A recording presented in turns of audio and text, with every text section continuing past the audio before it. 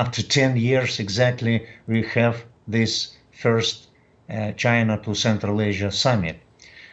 Yes, during not only last 10 years, but over the last 30 years, we established very fruitful relationships with China, both political and economic relationships. We don't have any problems. We're building trust, and economic activity is growing very quickly. 30 years ago, our trade volume was something like $700 million only. Now it's $70 billion. So it's 100 times growth. But we have to adjust ourselves to new reality. We're really looking what's happening in China in terms of modernization and moving into development model. And we don't want only to be on the side of this process. We have to be inside this process. So not only purchasing hydrocarbon from our countries, but our participation in high quality moves of Chinese nation would be the great new ideas and how we have to progress together in 21st century. Mm-hmm.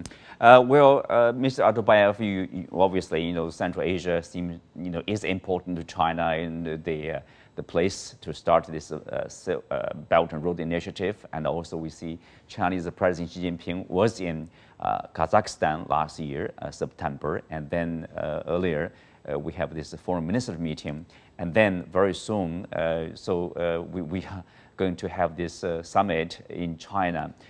So you mentioned about, China is also very important to Central Asian nations in terms of modernization, in terms of industrialization and development.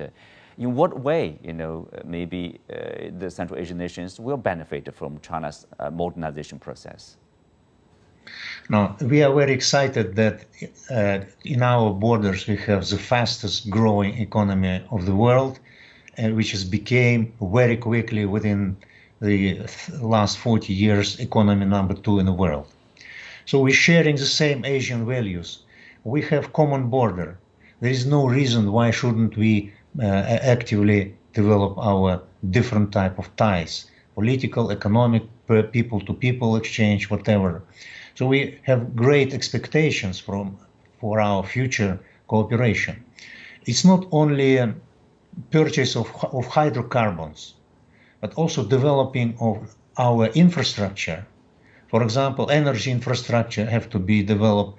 Might be another line of gas delivery from Turkmenistan to China, maybe some other pipeline delivering hydrocarbons to China from Kazakhstan, other countries, but also transport corridors. What is happening now is that we are in the middle of so-called Eurasian rail revolution. And what has happened last year that China, together with Kyrgyzstan and Uzbekistan, decided to build a railroad between these three countries, and it will be another shortening of distance between China and Europe for another 800 kilometers. And trade through the rail delivery is booming. Last year, between China and Europe, 16,000 trains passed, which means that every hour there are 2 trains moved between Europe and China. And if distance will be shortened, then even current delivery time of 11 days between Chongqing and Duisburg could be cut for another day. So all these things would hopefully bring Central Asia to the situation when it will be transferred from landlocked region to land-connected region. And then if the north-south railroad bridge will be developed, then Central Asia suddenly would become the transportation hub of Eurasian continent. And we, of course, looking forward to look back to the old Silk Road times when this bridge characteristic of our region brought us to the very high level of development.